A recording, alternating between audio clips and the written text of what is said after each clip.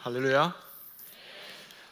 가만히 제가 언제쯤 제가 헤븐리 워십 설교를 하나 봤더니 이게 묘한 음모가 있더라고요. 무슨 음모냐면 그 외부에서 이제 아주 유명한 강사 목사님이 오셔서 말씀을 은혜롭게 잘 전하시고 나면 그 다음에 꼭 제가 올라오더라고요.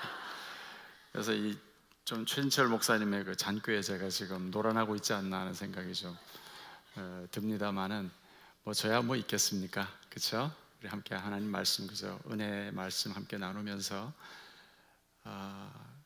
또 한 해를 또 우리가 마감을 해야 되지 않을까 이렇게 생각을 합니다.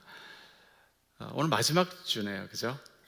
다음 주에 이제 2017년도 또 처음 헤븐리 월십을 저희들이 맞이하게 될 텐데, 다음 주도 또 저보고 또 시작이니까 또 설교를 좀 해달라고 또 그래서 제가 또 뭐 힘 있습니까?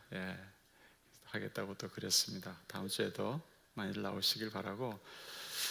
자꾸 이제 새해부터는 좀 헤븐리 월십 때 좀 나오라 그래서 좀 기도 좀 해주셨으면 좋겠다고 계속 저를 졸르네요. 저는 마음에 감동이 없는데. 그래서 제가 계속 그 숙제를 가지고 기도를 하고 있습니다. 근데 제가 무슨 힘이 있겠습니까? 제가 뭐 능력도 있는 것도 아니고 아무것도 아니죠. 그러나 오직 제가 기도해 드릴 수 있는 이유는 예수님의 이름, 그가 하나밖에 없다고 저는 믿습니다. 그러니까 이거죠. 뭐 제가 뭔 능력이 있어서 이 말씀을 여러분들에게 전하겠습니까? 근데 이상하게 제가 말씀을 전하면 성경에서 그냥 읽을 때 하고 또 다른 은혜가 있잖아요, 그렇죠? 뭔가 이게 허접하지만 인간 도구를 세워가지고 또 말씀을 선포하게 하심으로써 은혜 받게 하시는 게 있어요. 아까 앉아서 그 생각이 딱 들더라고요. 이 기도도 그렇게 했다. 이 기도도 그 기도해 주는 사람은 정말 아무것도 아닌 거예요. 뭐 제가 기도해 드려도 마찬가지고요. 그런데 누구 이름으로 기도하느냐, 이게 참 중요하다는 생각이 들더라고요. 그래서 오늘 설교 마치면 제가 초청을 할 겁니다. 여러분들이 기도받기를 원하시는 분들 앞으로 나오십시오. 나오셔서 우리 같이 찬양하고, 짧게지만 제가 이렇게 여러분 또 뒤에서 스태프들이 여러분 도와드릴 겁니다. 같이 좀 이렇게 한 해를 마감하면서 하나님 앞에 회개할 건 좀 회개하고, 털어버릴 건 좀 다 털어버리고, 또 새 출발을 좀 다짐하는 그런 시간들이 됐으면 좋겠습니다. 제가 미리 곡 알려드릴게요. 한량없는 은혜, 그거 좀 준비해 주시면 좋겠습니다. 자, 사설이 길었습니다. 우리 하나님 말씀 보시겠습니다. 빌립보서 3장입니다. 3장 12절부터 14절 말씀. 가지고 오신 성경을 보셔도 되고 앞에 스크린을 보셔도 되겠습니다. 자, 3절 석절밖에 되지 않으니까 우리 같이 한 목소리로 읽도록 하겠습니다. 시작. 내가 이미 얻었다 함도 아니요 온전히 이루었다 함도 아니라 오직 내가 그리스도 예수께 잡힌 바 된 그것을 잡으려고 달려가노라.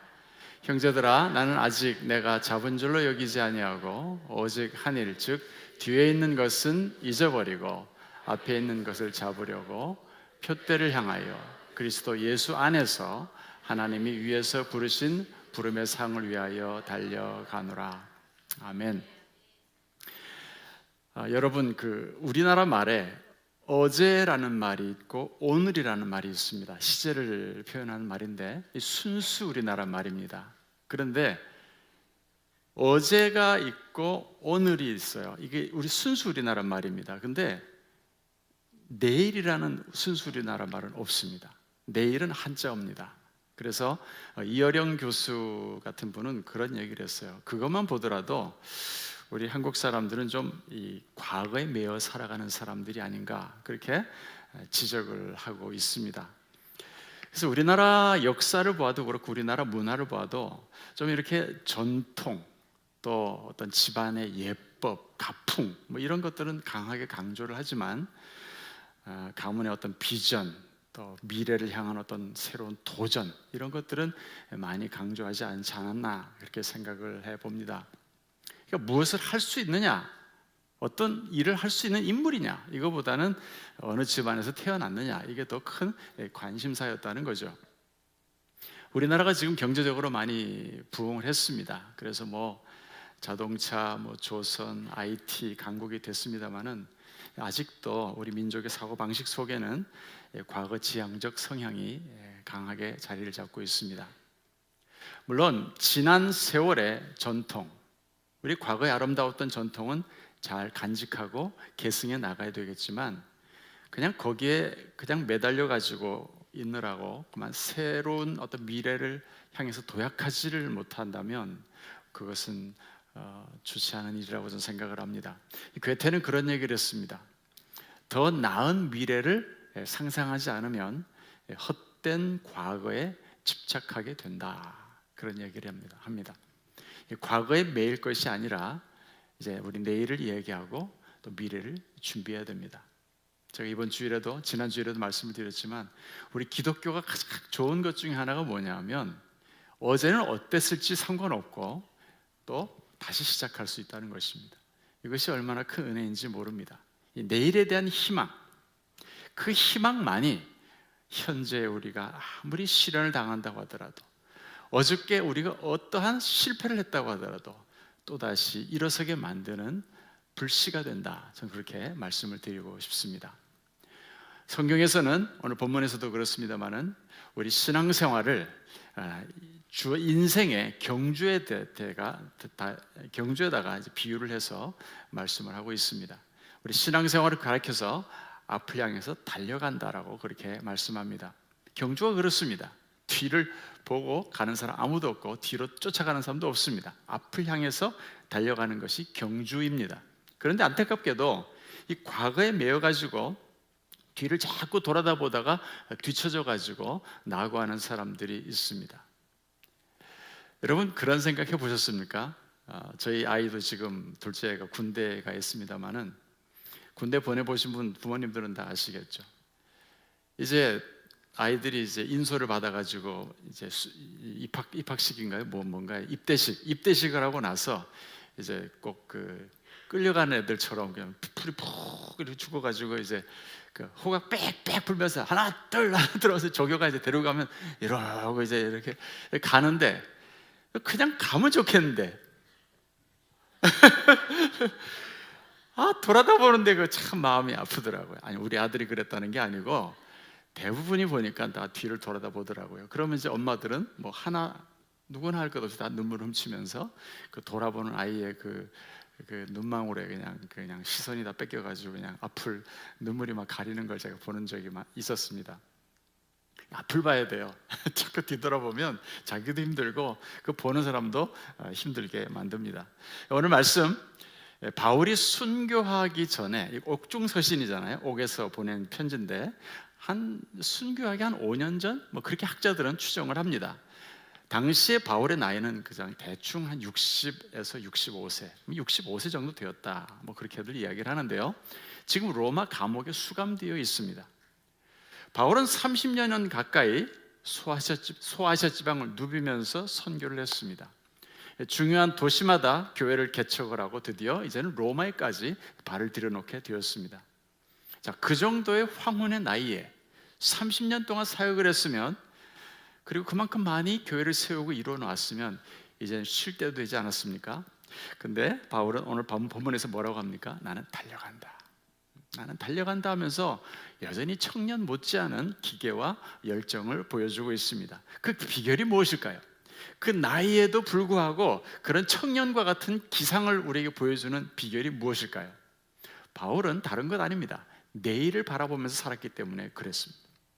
13절에 나오지 않습니까? 형제들아, 나는 내가 아직 잡은 줄로 여기지 아니하고 오직 한 일, 즉 뒤에 있는 것은 잊어버리고 라고 했습니다. 뒤에 있는 것, 과거를 돌아보지 않겠다는 겁니다. 그렇습니다. 과거는 이미 지나갔습니다. 과거의 일로, 과거의 문제로 인해서 괴로워하고 혹은 과거의 일로 인해서 마냥 좋았던 시절만을 생각을 한다면 그런다고 해서 과거가 다시 되풀이되지는 않는다는 겁니다. 우리는 과거를 사는 사람들이 아니고 미래를 사는 사람들입니다. 오늘 이제 마지막 2016년도 헤븐리 월십 시간입니다. 무슨 말씀을 전할까 하다가 그래서 늘 이 말씀이 가장 우리에게 은혜가 되는 말씀 같아요. 그래서 앞으로 달려가기 위해서 2017년도를 향해서 달려가기 위해서 우리가 해야 될 일이 있다는 겁니다. 먼저 과거를 청산해야 하고 먼저 과거를 떠나 보내야 합니다. 그러지 않고서는 우리가 2017년도를 맞이할 수가 없습니다. 우리가 2016년도의 상처와 실패와 아픔들을 그대로 가지고 2017년도를 맞이한다면 2017년도는 우리에게 새로운 한 해가 아니고 그저 또 실패한 하루가 될 수밖에 없을 것입니다. 그러면 우리가 과거를 떠나보낸다는 것은 무엇을 의미하는가? 이걸 제가 먼저 간단하게 말씀을 좀 드려볼까 합니다. 먼저는 실패를 잊어버리는 것입니다. 뭘 한다고요? 실패를 잊어버리는 거예요. 자, 바울은 그럼 실패했었습니까? 네, 바울에게도 과거에 좋지 못한, 자랑할 만한 것이 되지 못하는, 아름답지 못한 경력이 있었습니다. 잘 아시는 대로 예수 믿기 전에 그는 엄청나게 예수님과 각을 세웠던 사람입니다. 그래서 예수 믿는 사람들을 핍박을 했습니다. 용서받을 수 없는 과거의 경력이라고 말할 수가 있겠죠. 자신 스스로도 그걸 알았던 것 같습니다. 그래서 나는 죄인 중에 괴수라고 이렇게 고백을 할 정도로 틈만 나면 사실 바울의 마음속에 큰 돌덩어리처럼 무겁게 마음을 짓누르는 것이 있었던 거예요. 그게 뭐예요? 그 아픈 기억이 바로 뭐냐면 나는 교회를 핍박했다는 거. 아름답지 못한 과거의 경력입니다. 그러나 바울은 오늘 본문에서 뭐라고 얘기합니까? 나는 그거 이제 더 이상 생각하지 않겠다는 거예요. 더 이상 과거를 돌아보지 않고 과거에 얽매이지 않겠다 마음을 먹습니다. 왜 그렇습니까? 과거는 이미 일어난 일입니다. 내가 잘했건 잘못했건 이미 일어난 일이에요. 지울 수도 없고 돌이킬 수도 없습니다. 뿐만 아니라 과거의 상처도 있습니다. 상처도 우리가 잊어야 합니다. 바울은 선교를 할 때 엄청나게 상처를 많이 받은 사람입니다. 어떤 상처겠습니까? 그가 실패한 경험도 실패였지만 상처도 어떻게 보면 좀 그런 핍박이었지만 상처도 어떻게 보면 핍박으로 인해서 또 그가 받은 상처라고 할 수 있습니다. 예수를 믿기 전에는 예수 믿는 사람들을 핍박했어요. 그런데 예수를 믿고 나서 사도가 되고 나서는 또 예수를 믿는다고 핍박을 받았습니다. 엄청나게 받았어요. 다른 사람도 아닌 누구? 유대인들, 자신의 동족인 유대인들로부터 핍박을 받았습니다. 그런데 얼마나 강하게 핍박을 받았는가 하면 세상에 핍박을 하는데 바울이 가는 곳마다 밥을 싸들고 쫓아다니면서 저쪽 동네로 도망을 가면 저쪽 동네를 쫓아가서 핍박을 하고 저쪽 동네 가서 전도하면 또 걸로 쫓아가서 또 핍박을 하고 그러니 뭐 죽을 맛인 거예요. 그러니까 내가 이 교회에서 핍박을 받아가지고 다른 교회로 내가 부임을 했는데 교인들이 거기 쫓아와가지고 저 목사 나쁜 놈이라 해놓고 똑같은 거예요. 바울의 마음에 얼마나 깊은 상처가 피었겠습니까? 그러나 바울은 뭐라고 합니까? 뒤에 그것을 잊어버리고 그것 또한 돌아보지 않기로 했다는 것입니다. 자, 여러분 가운데 과거의 실패 혹은 과거에 받은 상처 때문에 마음의 아픔을 가지고 괴로워하는 분들이 계십니까? 저는 그 목회를 하기 전까지 제가 가끔씩 우리 교회 성도들한테 드렸던 말씀인데 용서하고 들어주십시오. 저는 목회하기 전까지 제 목소리에 대해서 굉장히 심한 컴플렉스가 있었습니다. 야, 자기 목소리 자랑하는 것도 여러 가지네 이렇게 생각하지 마시고 저는 정말 그랬습니다. 저는 제 목소리를 성도들이 들어준다고 생각했어요. 너무나 듣기 싫고 막 부담이 되는데 목사가 설교하는 거니까 그냥 들어준다라고 아주 확신을 하고 있었습니다. 왜 그랬을까요? 저는 제 목소리를 객관적으로 얼마나 좋으냐 나쁘냐 이걸 평가할 수 있는 기준도 없지만 제 마음속에는 상처가 있었어요. 제가 그 중학교 때 변성기 때 목소리가 약간 변했어요. 변성기 때 목소리는 듣기가 싫잖아요. 근데 하루는 저의 친형이 저한테 뭐라고 얘기하는 거니? 나 네 목소리 정말 듣기 싫거든. 저 극혐이야. 그러니까 그때는 극혐이란 말 없었어요. 근데 하여간 아무튼 극혐이니까 너 내 앞에서는 말 한마디도 하지 마. 이 말이요 얼마나 제 마음에 크게 남았던지 그 이후로부터 한 20년 넘었네요. 20년 넘게 전 내 목소리에 대해서 자신감이 없었습니다. 이 과거의 상처예요. 이게. 이 과거의 상처는요, 굉장히 파괴적인 힘을 가지고 있습니다. 특히 그 말에 대한 상처는 정말 큽니다. 제가 자신감을 잃어버렸어요. 과거의 상처가 그냥 어떤 힘이 있는가 우리를 과거에 매어놔요. 그 상처 주위를 맴돌게 만들므로써 아무것도 못하게 만들어요. 저는 그렇게 오랜 시간을 보냈습니다. 그러던 저를 누가 구해줬는지 아세요? 우리 교회 성도들이 구해줬습니다. 제 목소리를 찾아줬어요. 성도들이 한두 사람이 아닌 거예요. 저한테 뭐라고 얘기하는 거 아니에요. 이런 설교를 할 때마다 목사님, 저는 아나운서인 줄 알았어요. 목사님 설교 정말 목소리가 다 한몫하는 거 아니에요? 이러면서 자신감을 막 찾아주더라고요. 그래서 그때부터 저는 드디어 상처에서 벗어나 가지고 제 목소리에 대해서 자신감을 가지게 되었습니다. 바울은 뒤의 것을 잊어버리겠다고 했습니다. 과거의 실패, 과거의 상처의 아픔이 자신을 지배하지 못하도록, 자신의 오늘을 지배하지 못하도록 끊어버리겠다는 겁니다. 이런 각오가 우리에게 있어야 될 줄로 압니다. 그런가 하면 과거의 성공도 잊어야 합니다. 자, 두 가지 먼저 말씀을 드렸어요. 실패도 잊어야 되고 상처도 잊어야 되고, 그런데 과거에 성공했던 것도 잊어버려야 합니다. 아까 말씀드렸지만 바울은 30년 동안 엄청난 업적을 쌓았습니다. 누구도 흉내낼 수 없는 엄청난 사역을 했어요. 가는 곳마다 교회를 세우고 유럽 대륙 또 소아시아 지방 모든 사람들이 복음을 듣게 만들었습니다. 놀라운 선교의 업적을 쌓았습니다. 목회자로 목회자, 신학자면 신학자, 선교사면 선교사, 누가 따라갈 수가 없는 일을 했어요. 그러나 그런 과거의 업적을 놓고 자랑하며 살기를 원치 않았습니다. 모든 것을 다 잊어버리고 앞을 향해 나가기를 원했습니다. 과거에 성공했던 것, 과거에 잘 살았던 것들도 이젠 우리 잊어야 합니다. 왜? 다 지나갔거든요. 기차를 타고 부산으로 내려간다고 합시다. 내려가다가 보면은 차창 바깥으로 지저분한 쓰레기들도 우리가 보고요. 그리고 아름다운 산과 또 그림 같은 농촌 마을들도 우리 눈에 들어옵니다. 그러나 부산역에 내려서 그 전경들을 생각하는 사람은 한 사람도 없습니다. 지나가면 끝이에요. 우리 앞에는 또 다른 전경이 눈에 들어와요. 새 것이 자꾸 내 눈앞에 나타난다는 겁니다. 새 것을 맞이하기도 벅찬 마당에 과거에 대해서 미련을 가질 시간이 있습니까?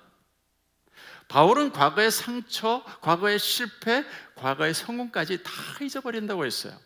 혹 여러분 중에 아직도 과거에 미어서 사시는 분들이 계십니까? 의외로 예수를 믿으면서도 과거에 머무는 분들이 꽤 있습니다. 자, 그러면 이제 제가 중요한 질문 하나를 드리겠습니다. 그럼 과거를 잊어버려라, 뒤의 것은 잊어버려라 말씀하고 계시는데 어떻게 하는 것이 있는 겁니까? 과거를 내가 잊어버려야지 이렇게 지금 여러분 마음에 결심한다고 해서 결심이 되던가요? 잊어버려지던가요? 이상하게 있잖아요. 잊어버리려고 결심하고 막 생각하면 더 자꾸 안 잊어버려지고 더 또렷또렷해져요. 제가 증명 하나 해드릴까요?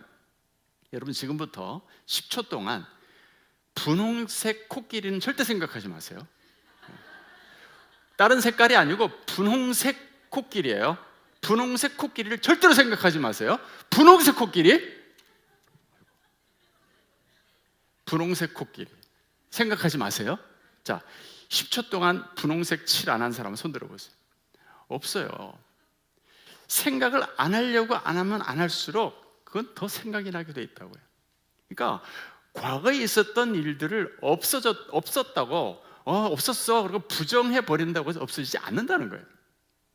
저 역시 지금도요, 가끔 피곤할 때는요, 잠자려고 이렇게 누워있을 때 잠자기 전에, 글쎄요, 이게 꿈속인지 잠을 막 들려고 하는 순간인지 모르겠지만 그 기억 속에서요, 제가 36년 전에 군 생활할 때 저를 괴롭히던 고참이 나타날 때가 있어요. 제가 1980년에 군대를 입대를 했거든요. 그러니까 여러분 태어나기도 전인 분들도 되게 많아요. 아직 하나님께서 그냥 창조하시기도 전이죠. 그때 벌써 좀 군대 가가지고 기고 있었어요. 근데 그때 괴롭히던 사람이 지금도 성큼성큼 저한테 다가와요. 좀 무섭죠? 개 무섭죠? 진짜 무서워요. 과거에 있었던 실패나 상처를 우리가 부정할 수는 없습니다. 그러나 과거가 나의 오늘과 나의 내일을 지배하지는 못하도록 해야 된다는 거예요. 이거 우리의 몫이에요. 이거 우리가 해야 됩니다. 그렇게 하려면 어떻게 해야 되겠냐는 거예요. 자, 잊으려고 해도 잊혀지지도 않고, 그런데 잊어야 되는데 그럼 어떻게 해야 되느냐? 성경 말씀에 의지해서 저는 두 가지만 여러분들에게 좀 말씀을 드리려고 합니다. 이 두 가지만 좀 여러분 기억하시면서 이제 과거를 좀 떠나보내시기를 바랍니다. 첫 번째는요, 과거를 재해석해야 된다는 겁니다. 바울이 뒤에 있는 것은 잊어버리라 이렇게 말씀하셨는데, 이 말씀은요, 과거를 완전히 부정해버려라 이런 뜻이 아닙니다. 인간 이상 우린 과거를 지울 수는 없습니다. 바울이 말하는 바는 이제 더 이상 과거의 상처에 의해서 나의 삶이 지배당하지 않도록 하라는 겁니다. 아까 말씀드렸습니다. 우리가 과거를 바꿀 수는 없습니다. 그러나 잘 들으세요. 과거가 갖는 의미는 바꿀 수 있습니다. 요셉의 경우를 제가 잠깐 말씀드릴까요? 피를 나눈 형제들이었습니다. 그런데 그를 노예로 팔아먹었잖아요. 얼마나 큰 상처입니까? 그러나 요셉은 그 상처를 하나님의 시각에서 바라봅니다. 그래서 이 형들이 자기를 팔아먹은 이 상처를 하나님께서 이루고자 하셨던 계획 중에 하나였다고 해석을 하는 거예요. 창세기 49장 20절에 보니까 그렇게 말씀하고 있습니다. 당신들은 나를 해하려 하였으나 하나님은 그것을 선으로 바꾸사 오늘과 같이 많은 백성의 생명을 구원하게 하시려 하셨나니. 얼마나 놀랍습니까? 이거 여러분 용서가 되는 일도 아니잖아요. 근데 요셉은 어떻게 해요? 해석을 달리하는 거예요. 자신의 상처에도 불구하고 하나님의 시각으로 내 자신의 과거를 돌아보았더니 형들을 용서하게 되더라는 거예요. 그리고 그 배후에 하나님의 선하신 계획이 있었다는 사실을 그는 고백할 수가 있었습니다. 그렇습니다. 여러분, 신앙은 과거를 은혜의 시각으로 다시 바라볼 줄 아는 힘입니다. 미래지향적인 생각을 가지고 있는 사람들은 과거의 아픔을 그 무엇과도 바꿀 수 없는 아주 소중한 자산으로 여길 줄 압니다. 그럼 먼저 여러분 실패를 생각해 볼까요? 우리 모두에게 생각하기조차 싫은 과거의 실패가 있을 겁니다. 우리는 보통 과거의 실패는 무조건 나쁜 것으로 생각하고 자꾸 그 사실을 감추려고 합니다. 실패는 없어야 한다고 여기고 실패를 하면 부끄러워합니다. 실패는 여러분 아무 가치 없는 것이 아닙니다. 실패한 사람은 그래서 자꾸 도전의식을 상실해버리는데 그럴 필요가 전혀 없어요. 저는 오히려 성공한 사람보다도 실패한 사람이 더 많은 걸 배울 수 있었다고 생각을 합니다. 실패보다 더 나쁜 게 뭔지 아세요? 실패해서 아무것도 배우지 못하는 사람이에요. 실패는 우리의 삶 가운데 얼마든지 일어날 수 있습니다. 실패했습니까? 그거 당연한 거예요. 그렇지만 우리 그리스도인들은 과거의 실패를 재해석할 줄 알아야 합니다. 과거에 실패하셨습니까? 그럼 여러분들은 그 실패를 통해서 더 신중해졌을 겁니다. 더 지혜로워졌을 것입니다. 더 겸손해졌을 겁니다. 이제 진짜 하나님의 일을 할 수 있는 사람으로 준비된 겁니다. 하나님은 이제 안심하고 여러분들을 사용하실 겁니다. 바울도 이 과거의 실패가 있었기 때문에 사역을 할 때 겸손할 수가 있었어요.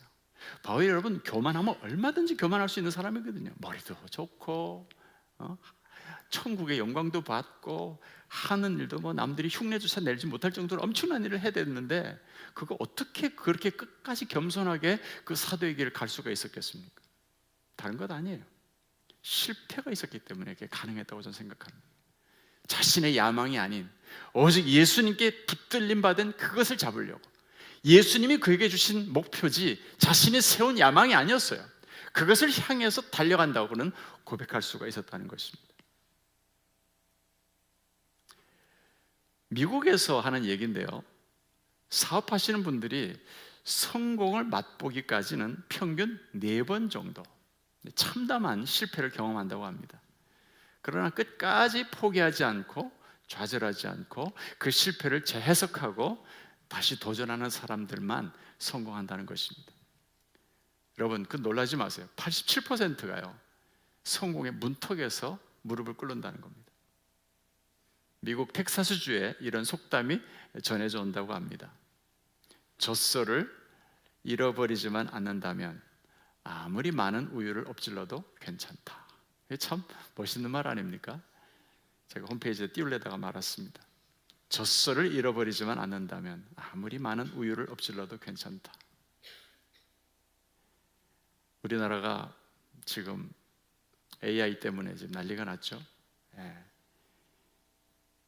닭을 잃어버렸어요. 큰일 났어요. 달걀을 낳아야 되는데 말이에요.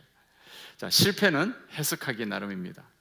엎질러진 우유만 바라보고 있으면 비참한 기분에서 벗어날 수 없지만 내겐 아직도 젖소가 있다는 사실을 인식하면 우리는 툭툭 털고 일어설 수 있습니다. 실패해도 괜찮습니다. 우리 예수님만 잃어버리지 않으면 됩니다. 여러분 그거 아십니까? 홈런을 많이 친 강타자일수록요 삼진도 많이 당합니다.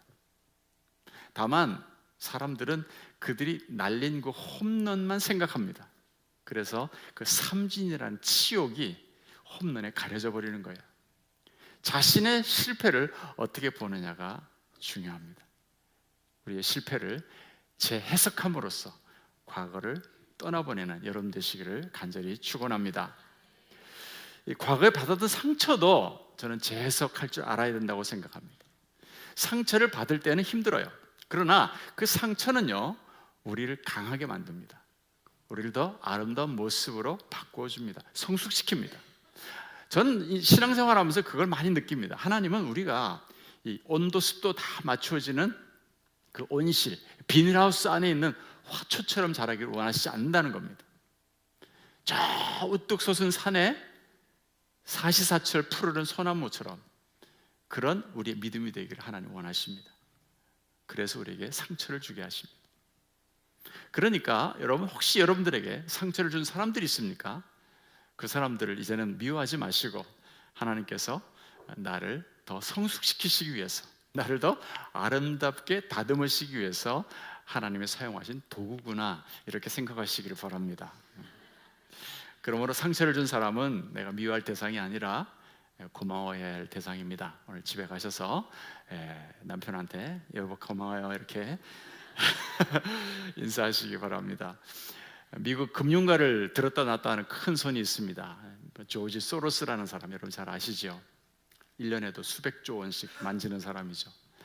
그가 오늘의 자리에 이를 수 있었던 이유가 놀랍게도 그가 어린 시절 그를 지독하게 괴롭혔던 형이었다고 합니다. 형 때문에 그렇게 훌륭해졌다는 거예요. 이 사람의 고백입니다. 형이 뭘 어떻게 했는데 형이요 그렇게 동생을 괴롭혔대요. 아주 못 살게 굴었대요. 근데 이 소로스라는 사람이 그 형이 자기를 괴롭힐 때마다 뭘 생각했는 거 아니? 이야 이거 피를 나눈 형도 나를 이렇게 심하게 괴롭히고 죽이려고 그러는데 내가 세상에 나가면 세상은 얼마나 무서울까를 생각했다는 거예요. 그래서 내가 세상에서 밀리면 나 끝장난다 생각해가지고 목숨 걸고 노력을 했다는 거예요.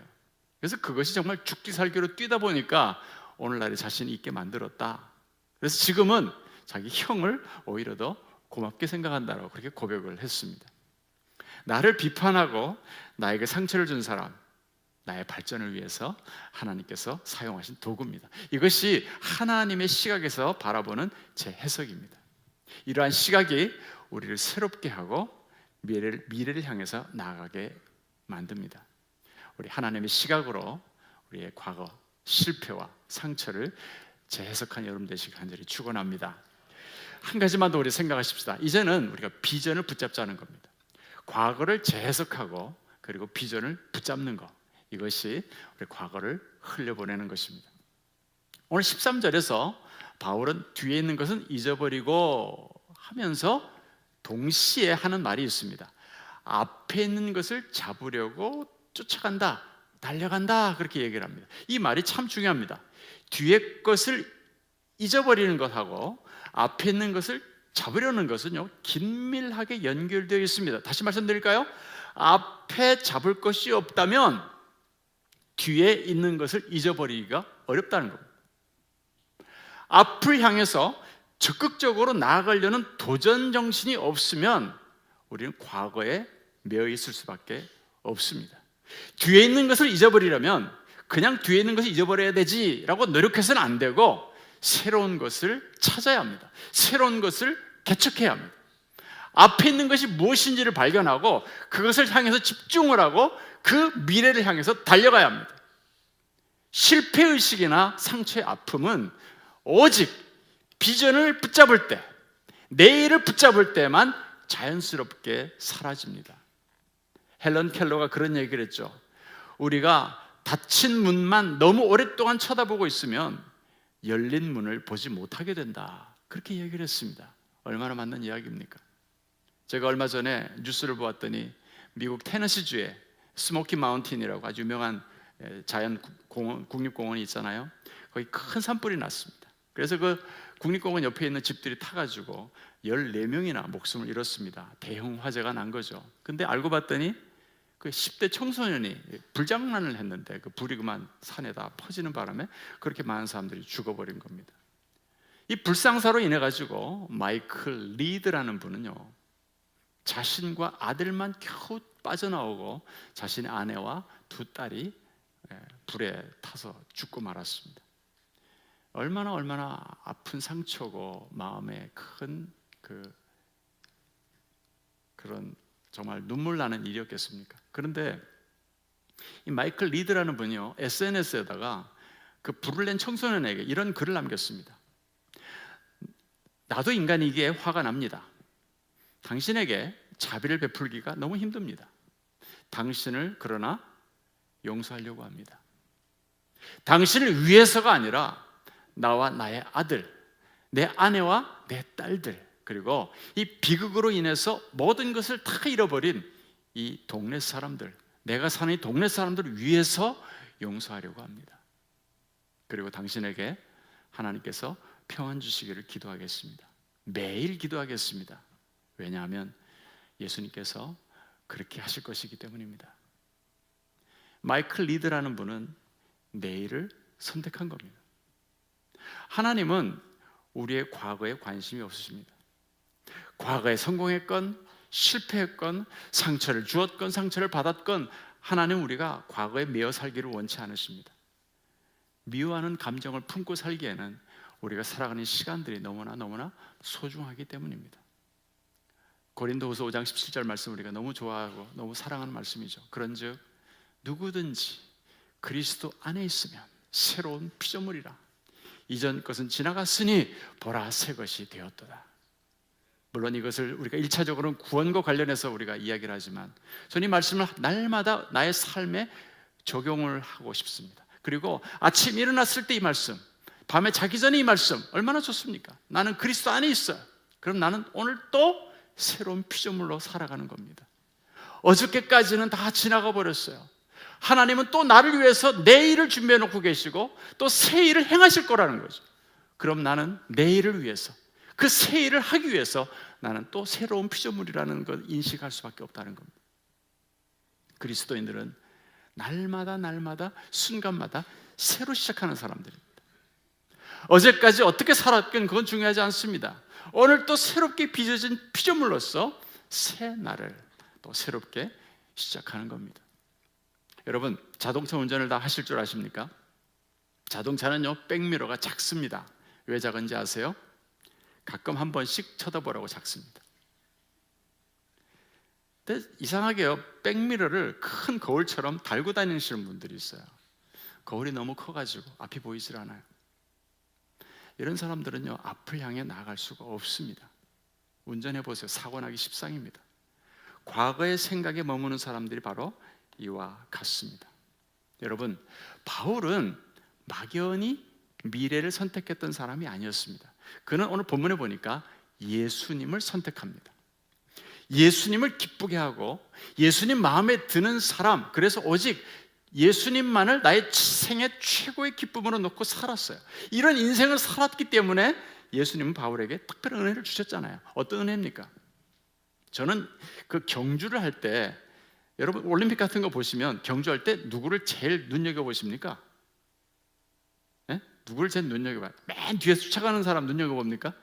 아닙니다. 제일 앞에 서 있는 사람만 눈을 눈여겨봐요. 얼마나 빨리 뛰나, 또 나머지들은 저 사람을 따라낼 수 있나 없나 이거 지금 보느라고 그 재미에 우리가 달리기 시작하는 거 보지 않습니까? 전 마찬가지라고 봅니다. 예수님께서도요, 많은 지금 성도들이 지금 천성을 향해서 뛰어가고 있지만 그 중에 정말 예수님의 이목을 집중시키는 사람이 누굴까? 우리 모두를 다 사랑하세요. 다 사랑하시지만 그 중에 특별히 예수님께서 야 저거 봐라 잘 뛴다 이러면서 예수님께서 야 뭐 이러면서 눈여겨볼 수 있는 사람이 누구겠어요? 난 맨 앞에서 달려가는 사람들일 거라고 생각합니다. 그 사람이 누굴까요? 맨 앞에서 달려가는 사람. 목사님? 예수님이 원하시는 사람이 되기 위해서 사는 사람이에요. 내가 세운 야망을 위해 쫓아가는 사람이 아니고 위에서 부르신 그 표대, 부르신 상, 내가 붙잡은 것이 아니고 예수님께서 나를 위해서 붙잡아 주신 그것, 예수님이 나를 위해 세워주신 그 목표를 향해서 달려가는 사람, 그 사람을 예수님은 주목하신다고 생각합니다. 주목한다면 어떻게 하실까요? 박수 치시겠죠? 응원하시겠죠? 엄청난 은혜를 아마 부어주실 겁니다. 빌립보서는 아까 제가 말씀드린 것처럼 로마 감옥에서 쓴 편지입니다. 그런데 오늘 2장, 다음 장, 3장을 보면요, 빌립보 교회 성도들을 향해서 감옥 안에 있는 사람이, 기쁠 것도 하나도 없는 사람이 감옥 밖에 있는 빌립보 성도들을 향해서 9번 이상이나 뭐라고 하는지 아세요? 항상 기뻐하라. 이 말이 좀 안 돼요. 항상 기뻐하라. 어떻게 바울은 그 감옥, 그 힘들고 차가운 그 감옥 안에서, 쓸쓸하기 짝이 없는 그 추운 감옥 안에서 어떻게 감옥 밖에 있는 사람들, 자유로운 사람들한테 항상 기뻐하라고 말할 수 있었냐는 거예요. 그 속에 여러분 기쁨이 있었기 때문에 그런 말씀하시는 거 아니에요? 기쁨도 없는데 어떻게 그런 말을 하겠어요? 여러분 미치지 않고서요. 그건 미친 거지 그거는. 바울은 그 마음에 주체할 수 없는 은혜가 있었어요. 기쁨이 있었어요. 그 기쁨은 어디서부터 나온 겁니까? 내일을 붙잡았기 때문이에요. 미래를 선택하고 예수님께서 그를 부르신 부름의 상을 위해서 쫓아갔기 때문에 나는 하나님께서, 예수님께서 그 바울의 10년 가운데, 감옥 안에 있는 바울이었지만 그 10년 가운데 이렇게 기쁨을 주셨다고 나는 믿습니다. 날마다 순간마다 샘솟듯 솟아나는 기쁨이 있었던 거예요. 그러므로 이 감옥이라는 환경도 바울을 꺾지 못했어요. 65세, 70세라는 나이도 바울을 꺾지 못했습니다. 그 몸에 병이 있었잖아요. 그 병도 바울을 꺾지 못했어요. 얼마 안 있으면 죽습니다. 그도 다가오는 죽음을 예감했습니다. 그러나 그 죽음에 대한 예감도 그를 기죽이지 못했어요. 날마다 새로운 힘이 솟았어요. 날마다 청년과 같은 기계가 용솟음쳤습니다. 어떤 환경에 처해도 절망하지 않는 은혜를 맛보았습니다. 어떻게 그럴 수가 있었습니까? 그는 내일을 선택했어요. 우리 예수님을 생각합시다. 전 예수님을 생각할 때 끝없는 비전의 사람이었다고 생각을 합니다. 생각해 보세요, 여러분. 왜 비전의 사람인지 아세요? 오직 성령이 너에게 임하시면 땅끝까지 이르러 내 증인이 되라 그랬어요. 야, 거기 모인 사람들이 대충 한 500명 정도라고 치자고요. 12사도와 이제 그 한 500여 형제들이 함께 모였을 때 예수님 그 말씀하시고 승천하셨는데, 한 500명이 여러분 땅끝까지 가려면 몇 년 정도 걸릴까요? 그러면 그 사람들이 한 1000년 정도 살아야 되잖아요.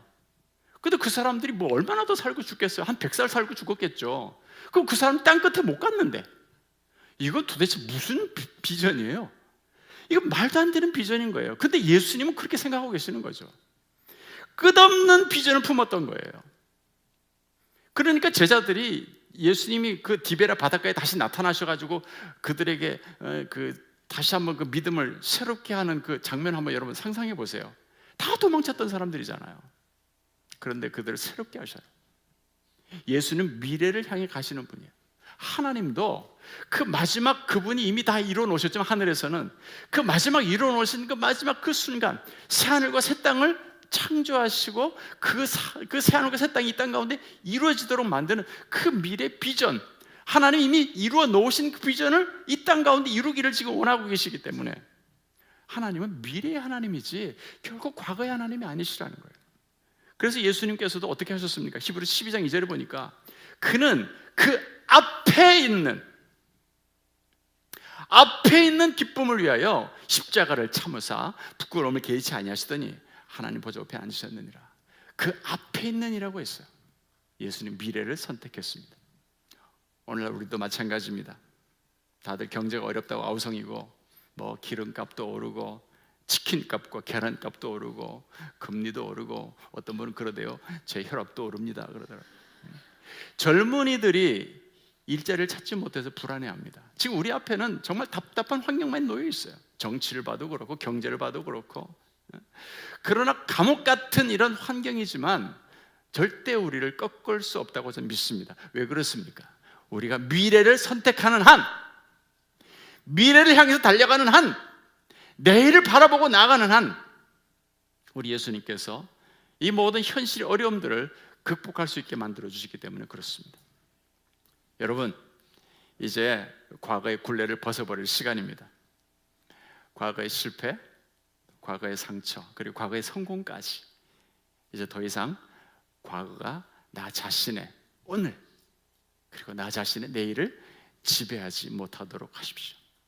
예수 그리스도의 이름으로 과거의 굴레를 끊어버리는 귀한 밤 되기를 바랍니다. 그리고 내일을 선택합시다. 과거를 하나님의 시각으로 재해석하고 하나님 행하실 새 일을 우리가 붙잡읍시다. 예수님 안에서 붙잡힌 바 된 그것을 잡으려고 달려갑시다. 그래서 예수님 품에 안기는 그날까지 믿음의 경주를 힘차게 달려가시는 여러분 되시길 간절히 축원합니다. 우리 함께 이 시간 찬송할 텐데 다 그 자리에 일어서시겠습니다.